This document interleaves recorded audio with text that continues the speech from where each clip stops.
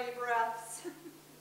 No more getting ready to confront breaths, de-stressing breaths, clarity of thought, preparing to exert, or hitting a high note breath and getting exasperated breath.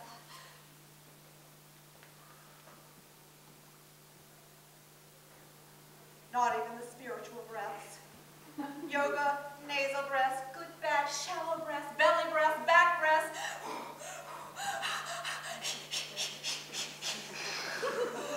Not even giving birth breaths.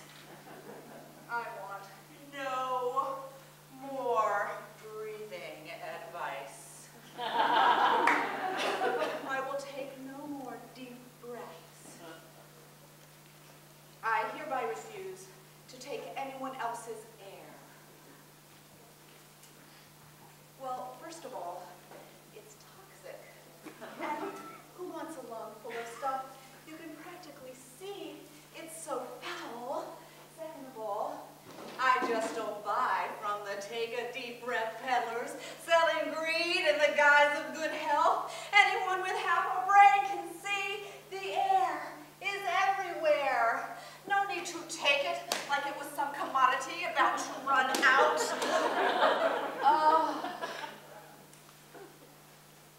That's the problem.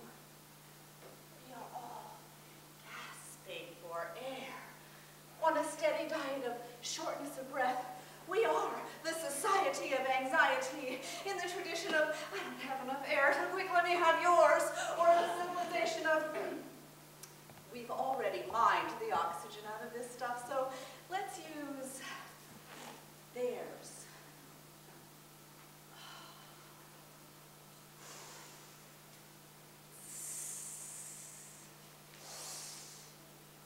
Isn't it just like us?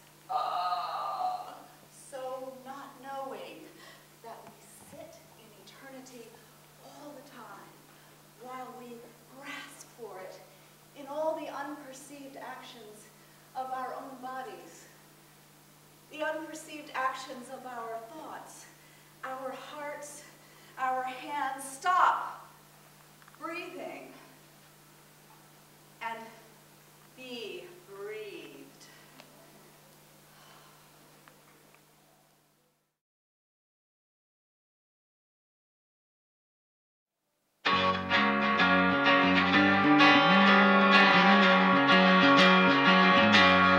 The woman whose head is on fire, the woman with a noisy voice, the woman with too many fingers, the woman who never smiled once in her life, the woman with a bony body, the woman with moles all over her, the woman who cut off her breast, the woman with a large bobbing head, the woman with one glass eye, the woman with broad shoulders, the woman with calloused elbows, the woman with a sunken chest, the woman who is part giraffe, the woman with 5 gold teeth, the woman who looks straight ahead, the woman with enormous knees, the woman who can lick her own clitoris, the woman who screams on the trumpet, the woman whose toes grew together, the woman who says, I am what I am, the woman with rice under her skin, the woman who owns a machete, the woman who plants potatoes, the woman who murders the kangaroo, the woman who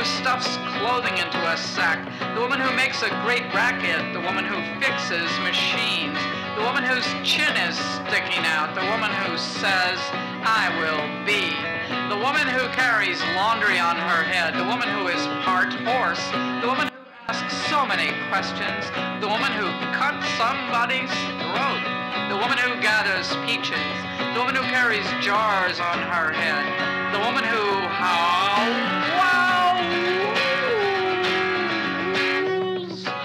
the woman whose nose is broken, the woman who constructs buildings, the woman who has fits on the floor, the woman who makes rain happen, the woman who refuses to menstruate, the woman who sets broken bones, the woman who sleeps out on the street, the woman who plays the drums, the woman who is part grasshopper, the woman who herds cattle, the woman whose will is unbending, the woman who hates kittens, the woman who escaped from the jailhouse, the woman who is walking across across the desert, the woman who buries the dead, the woman who taught herself writing, the woman who skins rabbits, the woman who believes her own word, the woman who chews bear skin, the woman who eats cocaine, the woman who thinks about everything, the woman who has the tattoo of a bird, the woman who puts things together, the woman who squats on her haunches,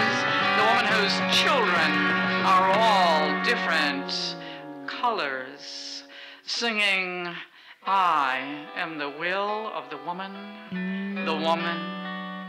my will is unbending. When she who moves the earth will turn over, when she who moves, the earth will turn over.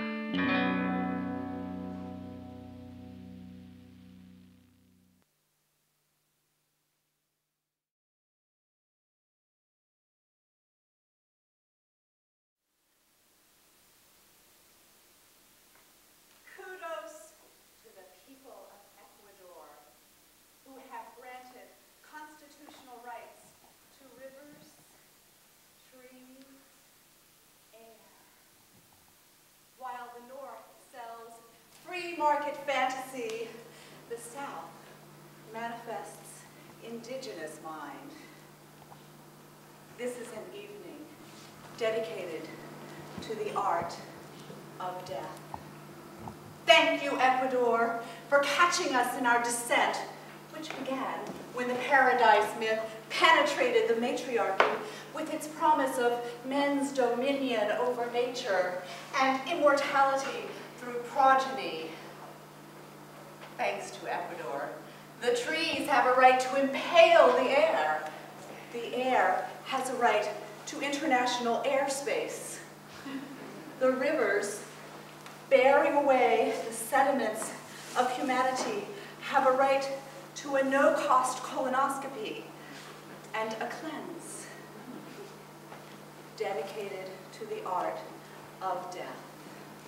My arms impale the air, an effort to capture this new situation of equal rights among left-leaning trees and an end to the Eden myth of abundance and commodities which impugned the snake and the ardor of women's appetites. The art of death. We long for immortality, thinking we exist apart from the fabric of life. Even old rivers flowing down through the Amazon want to be part of something larger. I long for longing, dying a little all the time. I want to use myself up, dedicating myself to the art of death. I pick up a bit of you, leave a bit of me, dying a little with every word, every exchange of substance, air, water. Before the sober reckoning, show me the gestures of reality. Show me how to flow, fall, evaporate. Show me how to use myself all the way up.